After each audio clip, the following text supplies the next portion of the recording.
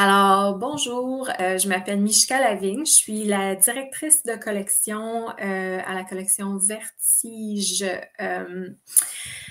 Traduction aux éditions L'Interligne, juste pour parler de notre nouvelle publication qui sort en librairie le 23 mars prochain, donc mercredi, on est lundi aujourd'hui.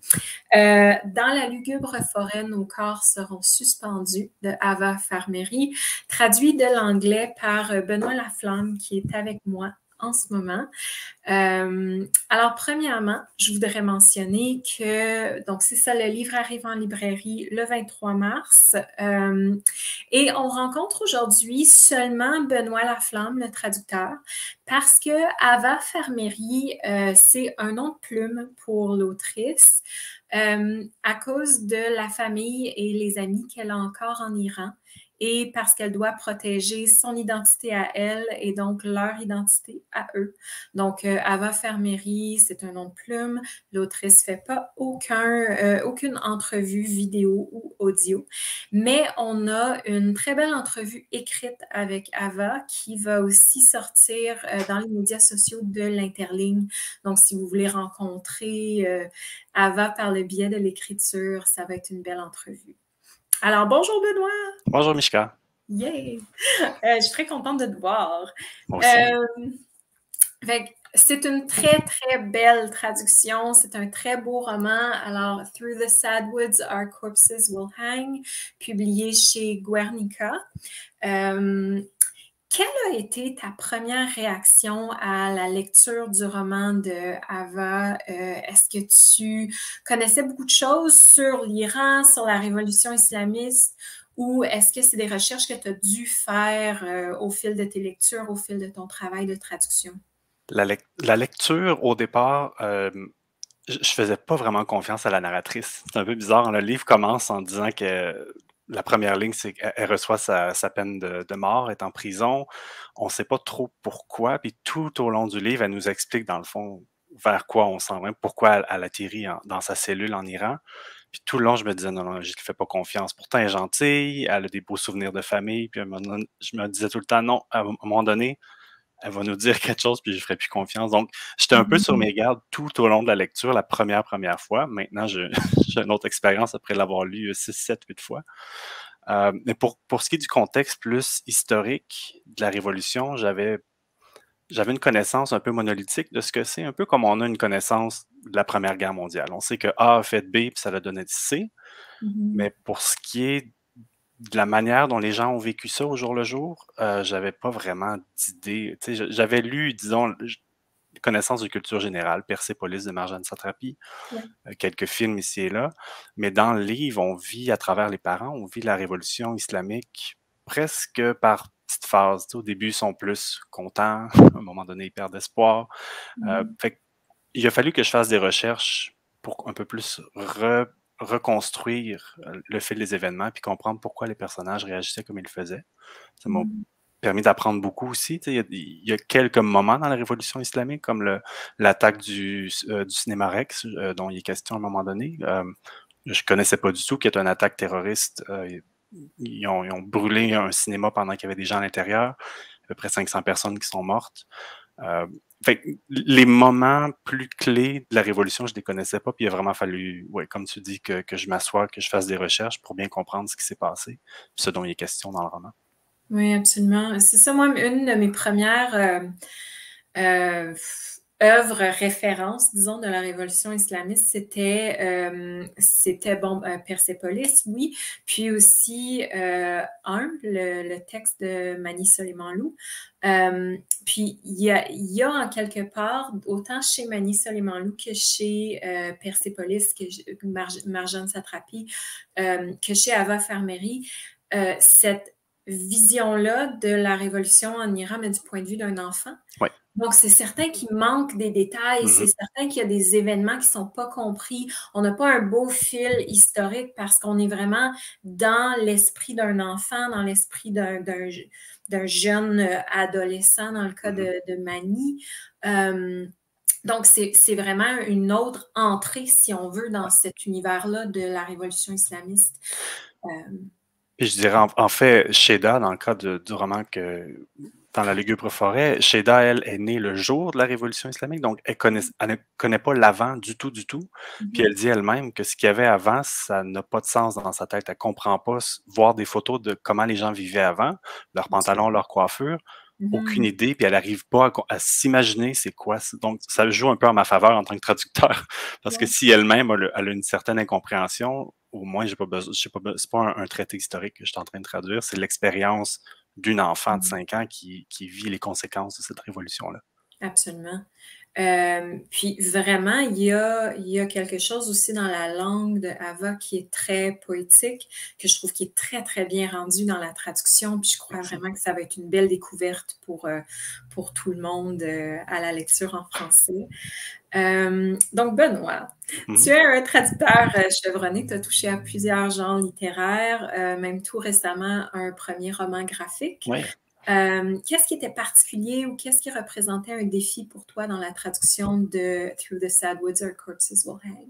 Tu viens juste de le mentionner, en fait, son écriture très poétique, c'était quelque chose à rendre en français, juste pour arriver au même niveau qu'elle. Puis je dirais son style très télescopique. À la lecture, vous le verrez, Ava a l'habitude d'empiler les images une après l'autre, avec pas beaucoup de marqueurs de relation entre chaque. Une phrase principale, virgule, plein d'autres images après. Des fois, ça prend une demi-page, certaines fois, les phrases. En français, en anglais, ça se fait bien parce qu'on peut mettre plein d'informations sans trop les coordonner, disons, mais en français, on a tout le temps tendance de vouloir expliquer les marqueurs de relation, d'expliquer un avec ici ou à cause, ces choses-là. Ça a été difficile de lâcher prise un petit peu pour ça, pour recréer justement cinématographique. C'est presque des scènes qu'elle décrit. On a la scène principale, puis ensuite elle fait des focus sur l'arbre, sur la robe, sur le vent, sur le pigeon qui roucoule. Donc, entrer dans ce rythme-là d'écriture, ça a été difficile.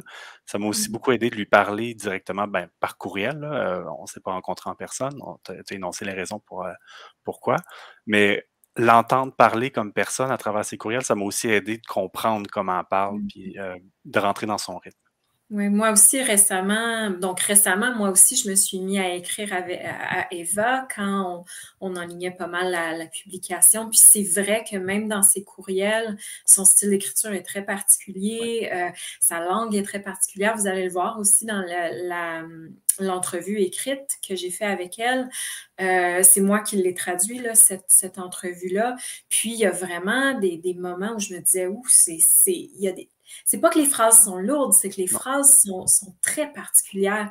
Puis je me demande si c'est vraiment quelque chose qui est peut-être issu du farsi, du perse, cette méthode d'écriture-là. Donc, j'invite vraiment les gens à découvrir parce que c'est très spécial comme écriture. Puis je crois vraiment que c'est un roman qui est à découvrir, qui est vraiment à lire. Donc, dans La lugubre forêt, Nos corps seront suspendus, c'est le premier roman publié de Ava. Elle en a écrit d'autres qu'elle me dit qu'elle n'a pas l'intention de publier.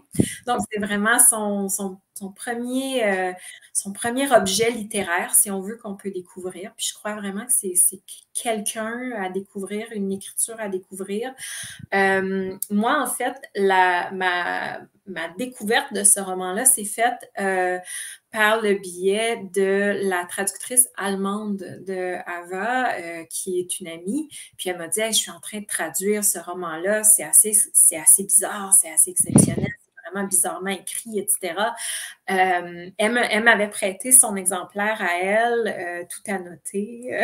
Donc, c'est comme ça que j'avais découvert l'écriture de Ava. Donc, c'est vraiment une belle incursion dans un univers différent. Puis peut-être, en fait, c'est ça, dans quelque chose qu'on connaît peu, cette révolution islamiste-là. Toute l'histoire de cette révolution-là en Iran, ce qui se passe aujourd'hui aussi en Iran, pour les jeunes, pour les jeunes comme Sheda. Donc, je crois que c'est vraiment une belle découverte. Fait En parallèle aussi avec... on va revenir peut-être un petit peu à ce processus-là de collaboration avec Ava qui s'est fait par courriel. Donc, juste par nécessité, par la réalité de la situation de Ava et de la famille et les amis qu'elle a encore en Iran, qu'elle doit protéger. Donc, comment ça s'est fait, cette collaboration-là? Qu'est-ce que ça a donné? Est-ce que c'était dès le début? Est-ce que c'est venu par après? C'était très fertile, puis j'ai commencé dès le début, justement parce qu'on parlait de choses un peu plus délicates, comme la Révolution, puis disons que c'est une saga familiale un peu, le roman. Je me disais qu'il fallait que je prenne contact avec elle. Il y a du farci aussi dans le roman, donc je sentais le besoin de parler avec l'auteur dès le début. Ça a été fantastique comme collaboration, parce qu'elle répond tu lui envoies une question, puis la réponse, ça fait 3 pages, mais un bon 3 pages. Je me souviens que vers la fin, j'ai posé une toute petite question à propos du nombre de chandelles sur un gâteau elle m'a renvoyé presque un traité sur le traumatisme générationnel avec une analyse de son roman, mais c'était toujours très intéressant et très bien vu aussi. Puis j'ai remarqué à quel point, à travers cet échange-là, que Ava avait un but précis dans son roman, mais elle a écrit un roman où on peut le lire au premier degré, au deuxième, au troisième, puis en tirer les conclusions qu'on veut. C'est pas très... elle s'en va pas avec une morale noir et blanc, voici ce que je veux que vous compreniez.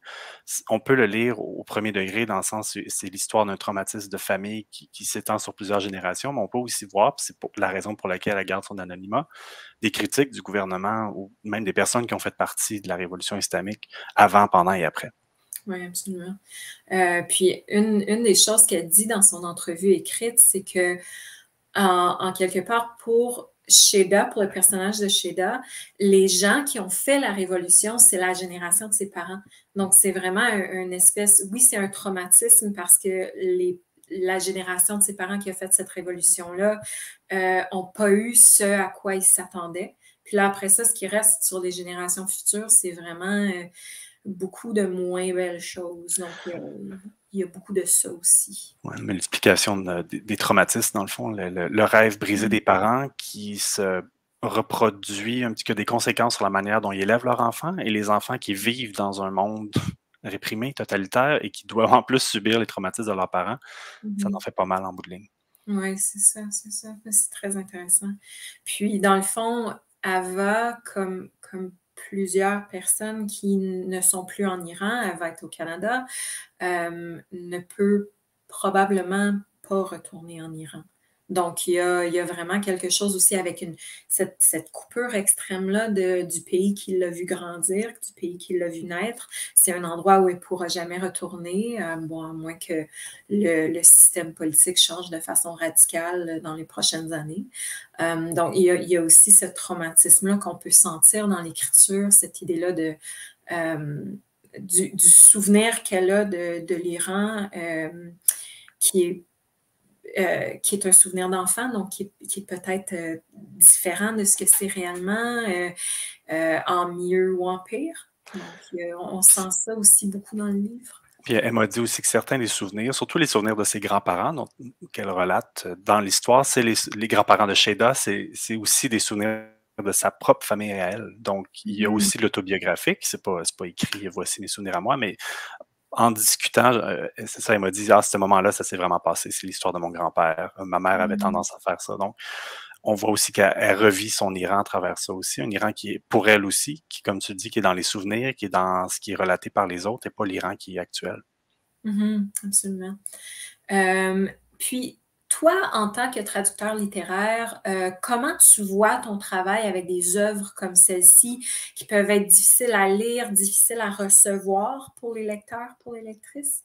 Oui, c'est une question pour un texte comme celui-ci, mon rôle était un peu double, c'est-à-dire le premier, c'était de rendre l'aspect émotif du livre. C'est sûr que il faut que je rende la langue et tout, là, mais pour un texte comme celui-ci qui était poétique et qui tombe dans le drame un petit peu, c'était important pour moi d'avoir le même poids émotif au même moment, comme une partition de musique un peu, là, arriver au bon moment, au bon endroit. Mais pour ce qui est des aspects un peu plus politiques ou culturels, à ce moment-là, je suis un porte-voix plus que d'autres choses. Je tends le micro à Ava pour que la population canadienne-française puisse l'entendre, ce qu'elle a à dire. Mhm. Si je réussis à faire ça, je réussis mon rôle de traducteur dans un cas comme celui-ci. Je Ouais. sais pas de substituer à elle ou quoi que ce soit, mais j'essaie juste de faire entendre sa voix le mieux possible. Puis je crois aussi que c'est ça, c'est essayer d'être le plus transparent possible, le plus.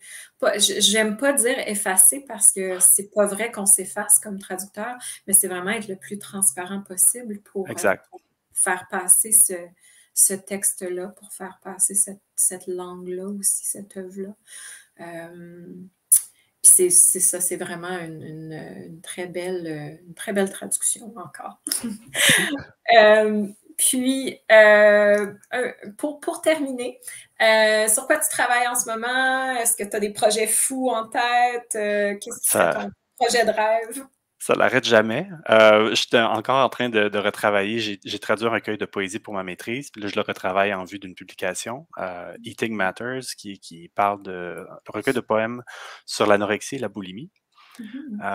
Et j'ai un projet en cours peut-être pour une traduction d'un autre roman graphique, mais cette fois-ci du norvégien vers le français. Donc, on est encore en train il y a pas mal de paperasse à remplir, mais ça commence à se dessiner pas mal. Puis, ça serait un projet de rêve, justement. La traduction anglais-français, ça me plaît beaucoup, mais il y a un aspect un peu plus exotique avec une langue autre que l'anglais-français au Canada. Ouais. Je te dirais norvégien-français, ça serait un rêve d'en faire un peu plus, ouais. Excellent. J'ai très hâte de découvrir ça. Très hâte aussi de le traduire. Donc, à partir du 23 mars en librairie, Dans la lugubre forêt, nos corps seront suspendus de Ava Farmeri, traduit de l'anglais par Benoît Laflamme. En anglais, Through the Sad Woods, Our Corpses Will Hang, publié chez Guernica, qui est à Toronto. Donc, on a très, très hâte de vous faire découvrir ce nouveau titre de la collection Traduction, Vertige Traduction chez l'Interligne. C'est notre deuxième titre, c'est la première saison littéraire de cette nouvelle collection-là. On a des belles choses aussi qui s'en viennent l'année prochaine, dont on va pouvoir parler bientôt, j'espère. À découvrir dès le 23 mars. Merci, Benoît. Merci, Mishka.